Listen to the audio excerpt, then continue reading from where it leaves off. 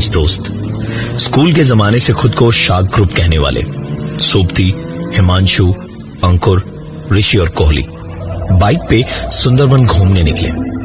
कहते हैं कि दोस्त साथ हो तो रास्ते कितने लंबे हैं पता नहीं चलता। 5 दोस्त बड़ी स्पीड में बाइक चलाए चले जा रहे थे कि तभी एक आवाज हुई। सोबती की बाइक का टायर पंचर हो गया था। बाकी सब आगे निकल गए।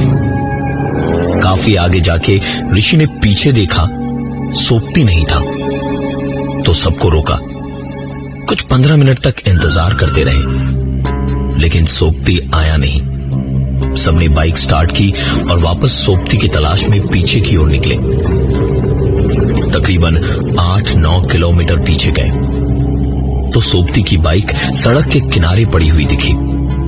टायर पंचर था और सोबती आसपास कहीं नहीं था। पतली सी उस सड़क के दोनों तरफ कुछ नहीं, सिर्फ जंगल सा था लेकिन बहुत घना नहीं था। बाइक के पास ही तकरीबन 20 कदम की दूरी पर एक मिट्टी का छोटा सा कमरे जैसा एक घर बना हुआ था। गिरी हुई बाइक और सोबती का कोई नामो निशान ना देख के अंकुर ने फोन मिलाया। सोबती का फोन बजा लेकिन अंकुर को अपने फोन पे होती रिंग के साथ साथ कहीं सोबती का फोन भी बजता हुआ सुनाई दे रहा था। सबने इधर उधर देखना शुरू किया तो आखिरकार हिमांशु को थोड़ा ध्यान लगाने पे सुनाई दिया कि फोन उसी मिट्टी के कमरे के अंदर बज रहा है। तड़तड़ाते हुए चारों दोस्त उसके अंदर घुसे तो देखा कमरे के अंदर सामने जमीन पे सोबती आराम से सो रहा था। उसे जगाया तो सोबती ने उठ के आंखें मलते हुए कहा, ओह, मैकेनिक अभी तक नहीं आया। सबकी सांस में सांस आई, जैसे पता नहीं कुछ सोच के घबरा गए थे सब। सोबती ने बताया कि बाइक खराब होने पे एक लड़का वहां से गुजरा जिसने यहां इंतजार करने को कहा कि वो मैकेनिक लेके थोड़ी देर में आ जाएगा। और पता नहीं मतलब मेरी आंख कब लग गई। सोबती के इतना कहते कहते दरवाजे से एक लड़का अंदर आया। पता चला कि ये वही लड़का था। उसने बाइक ठीक करनी शुरू की और घिरता हुआ अंधेरा देख के कहा, दादा आप लोग जल्दी निकल जाओ, अंधेरा हो गया है, उसके बाद कोई फेरी नहीं मिलेगी आपको। बात भी सही थी उसकी। सुंदरबन में अंधेरा घिरने के बाद ऐसे फेरी वगैरह पे जाना मना है, लेकिन जब 5 दोस्त साथ में हो तो फिर क्या टेंशन। हंस के उड़ा दी उन्होंने उसकी बात और बाइक ठीक होने पे 5 वापस निकल पड़े आगे। अंधेरा घेर चुका था, फेरीज सचमुच जा चुकी थी और कुछ जो वहां थी जाने को तैयार नहीं थी। सबने साफ साफ मना कर दिया जाने से। 5 ने सोचा कि वहीं कैंप किया जाए रात को कि तभी एक आवाज आई, ये सुंदरबन है बाबू लोग, यहाँ सब मिलेगा।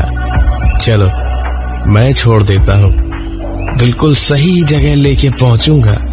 आप वही है ना, वही पिछली बार जो आए थे, हिमांशु, कोहली, ऐसा ही कुछ नाम था ना आपका। नजर घुमा के देखा तो पेड़ के नीचे एक आदमी बैठा बोल रहा था।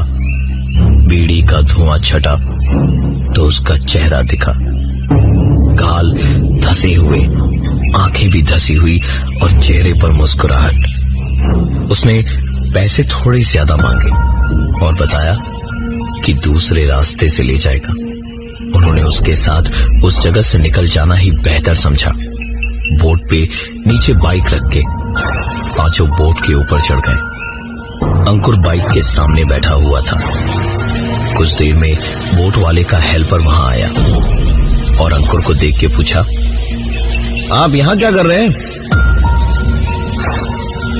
अंकुर कुछ बोलने को उठा और उस तरफ पलटा तो देखा वहां कोई नहीं था।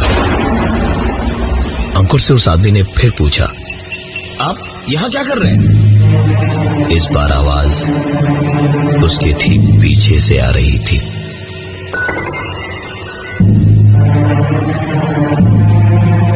अंकुर भागा भागा वहां से निकला। बाहर ही ऋषि से टकराया जो बोट वाले के साथ खड़ा था। ऐसा घबराया देख के ऋषि ने उससे पूछा, क्या हुआ भाई, तू ठीक तो है? अंकुर ने पूरी बात बताई तो ऋषि ने अंकुर की पॉकेट में हाथ डाल के बोतल निकाली और कहा, तू 24 घंटे पिएगा तो ये सब तेरे ही साथ होगा ना? और इतना कह के वो उसे अपने साथ ले गया बगल वाले कमरे में, जहां बाकी तीनों दोस्त बैठ के मस्ती कर रहे थे। बैठ के सब बातें ही कर रहे थे जब किसी ने दरवाजा खटखटाया। कॉली ने उठ के दरवाजा खोला तो वहां बाहर कोई नहीं था। हो सकता है कोई दिक्कत हो जिसके लिए बोट वाले ने ही खटखटाया हो। ये सोच के सीढ़ियां चढ़ के ऊपर गया। ऊपर पहुंच के कॉली ने देखा कि बोट पे कोई नहीं था और तभी बोट के इंजन की आवाज की तरफ ध्यान गया। इंजन के साथ बोट भी बंद हो चुकी थी। कॉली तुरंत अपने दोस्तों के पास दौड़ा दौड़ा आया और कहा, पूरी बोट में हमारे अलावा और कोई नहीं है। कॉली का ये बोलना खत्म हुआ ही था कि तभी एक आवाज आई।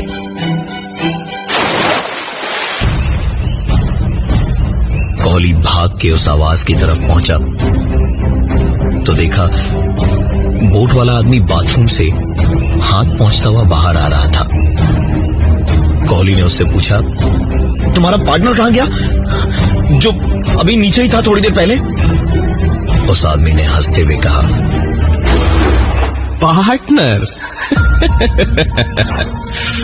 साहब मेरा कोई पार्टनर नहीं है, मैं अकेला ही हूं। ये बोट मेरी है।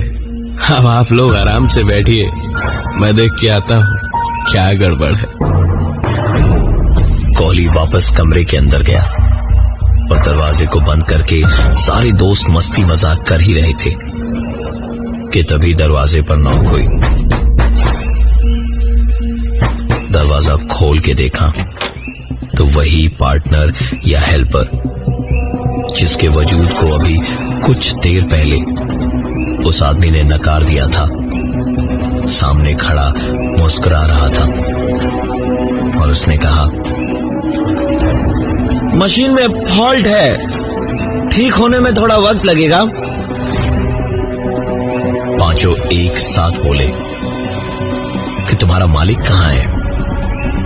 उस आदमी ने हंसते हुए कहा, अरे साहिब क्यों गरीब का मजाक उड़ा रहे हैं? बड़ी मुश्किल से पाई इकट्ठा करके बोट खरीदी है।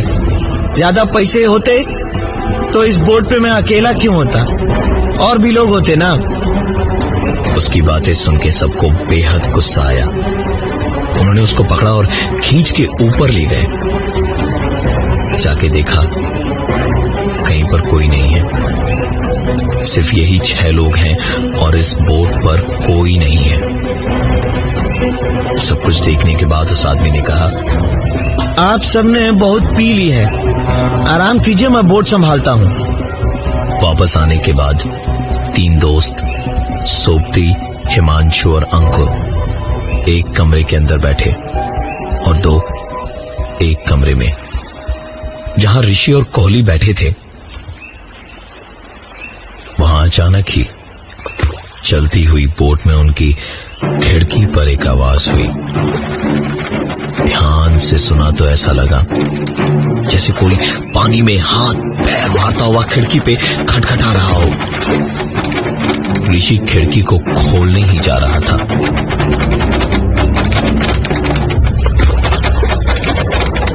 कि कोहली ने हाथ बढ़ा के उसे रोका और कहा, मत जा वहां।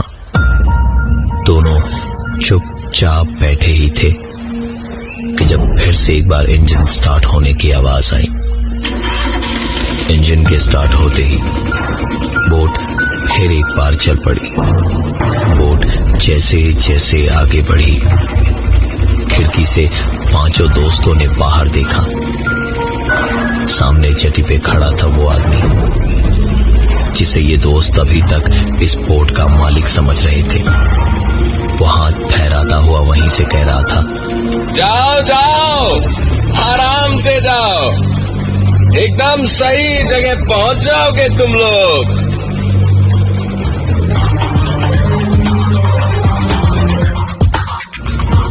थोड़ा आगे जाने के बाद एक सेंचुरी के पास पुराना सा गेस्ट हाउस दिखा और वहीं पर बोट रुकी।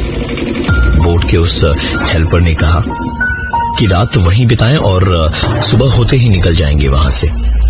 वो हेल्पर वहीं बोट पे ही रह के उनका इंतजार करेगा। पांचों की थकान और परेशानी में हालत बहुत ज्यादा खराब थी। उन्होंने 2 कमरे लिए, एक में सोपती, हिमांशु और अंकुर रुके और दूसरे में ऋषि और कोहली। रात का वक्त था।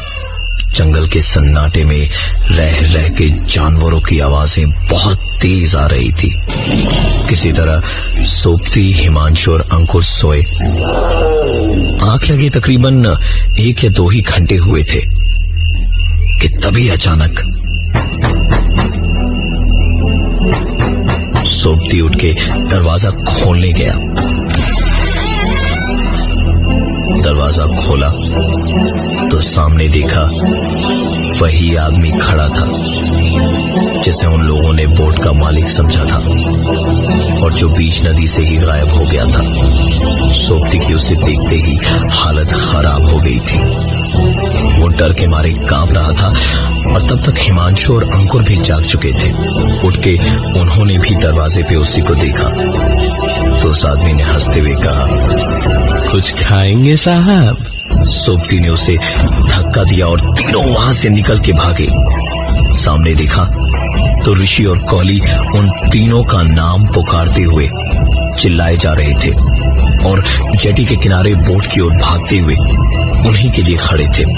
तीनों को आता देख वो दोनों आगे आगे भागे और बोट पे चढ़ गए। सोपती, हिमांशु और अंकुर भी पीछे आए और बोट पर चढ़ गए। बोट का इंजन ऑन किया तो बोट आगे की ओर बढ़ने लगी। तीनों ने राहत की सांस ली और पलट के वापस देखा तो उनको जो कुछ भी दिखा उस पर यकीन करना मुश्किल था। ऋषि, कोहली और वो आदमी जिसे वो बोट का मालिक समझ रहे थे, तीनों आदमी जेटी के कोने पे खड़े होके हाथ हिलाकर अलविदा कह रहे थे।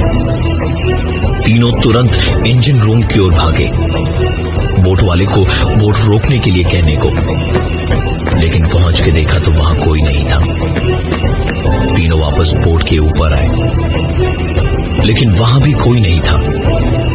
इतने में सोपती ने कहा, तुम लोग यहीं रुको, मैं बोट रोकने की कोशिश करता हूं। और वो इतना कह के इंजन रूम में चला गया। इंजन रूम में 50 बटन, कुछ लीवर देख के सोपती को कुछ समझ नहीं आ रहा था। तभी बाहर से उसे कुछ जोर की आवाजें सुनाई दी।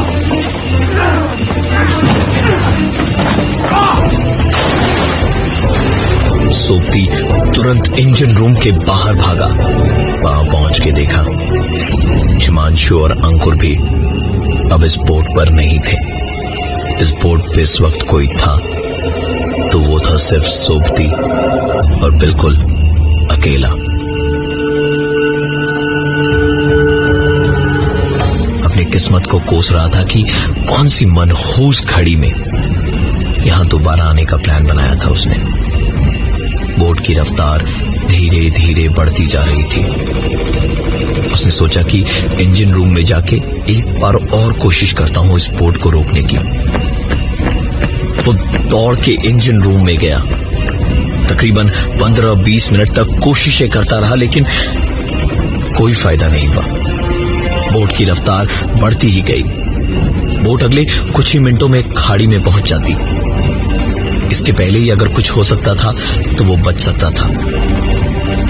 इंजन रूम में बैठा ही था कि सोपती ने एक आवाज सुनी। वो उम्मीद की ऐसी आवाज सुनकर सोबती उछलता हुआ बाहर आया, एक सर्च लाइट हाथ में लिए हुए, ताकि अपनी ओर ध्यान खींच सके। लेकिन बाहर आके देखा तो दूर दूर तक उसे कुछ भी दिखाई नहीं दे रहा था। उम्मीद की जिस किरण के लिए इतना खुश होकर वो बाहर आया था, उस पे जब सर्च लाइट की किरण पड़ी तो देखा एक टूटी फूटी सी बोट किनारे पे कीचड़ में धंसी पड़ी थी, और उसमें सायरन तो क्या, लकड़ियां भी पूरी नहीं थी। सोबती हताश आंखों और झुके कंधों से उस ओर ही देख रहा था, जब इंजन रूम का दरवाजा उसके सामने जोर की आवाज के साथ अपने आप बंद हो गया।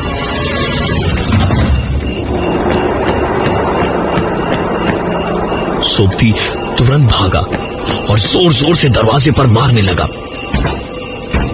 दरवाजे को पीटना बेकार था, क्योंकि दरवाजा अंदर से बंद था। इंजन रूम एक दरवाजे को छोड़कर चारों ओर कांच का बना हुआ था। कांच तोड़ के अंदर घुसना ही इकलौता रास्ता था। फेरी अब खाड़ी में पहुंचने ही वाली थी। सोबती कांच तोड़ने एक लकड़ी लेके जैसे ही कांच के पास पहुंचा तो उसके हाथ से डंडा छूट के गिर गया, क्योंकि एक लड़की बैठी थी उस इंजन रूम के अंदर, एक फटी सी लपेटी हुई साड़ी में।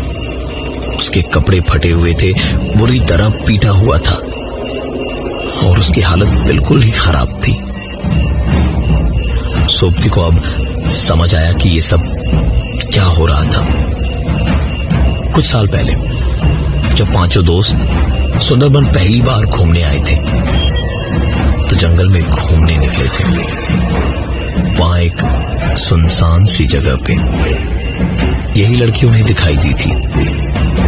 यहां उन्हें कोई नहीं जानता था, और दूर दूर तक आसपास कोई नहीं था। दूर दूर तक किसी को पता नहीं चलता कि क्या हुआ था वहां। इसलिए उन पांचों ने मिलकर उस लड़की और उस हालात का गलत फायदा उठाया था।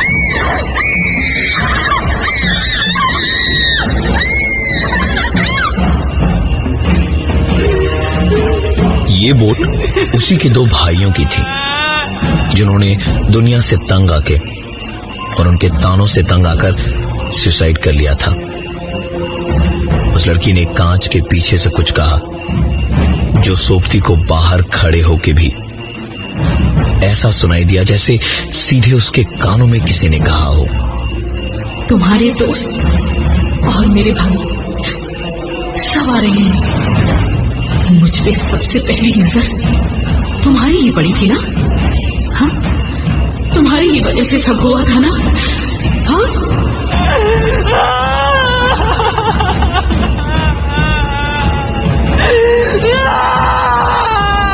बोट अब खाड़ी में काफी आगे आ गई थी कि तभी अचानक बोट रुक गई और कुछ आवाजें आने लगी।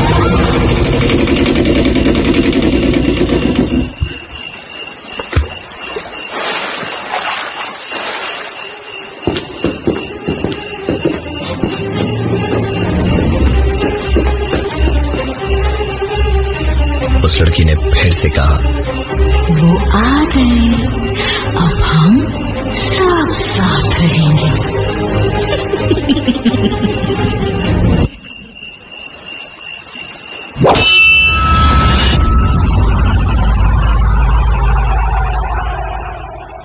इंसान को उसके पापों की सजा इसी जन्म में मिलती है।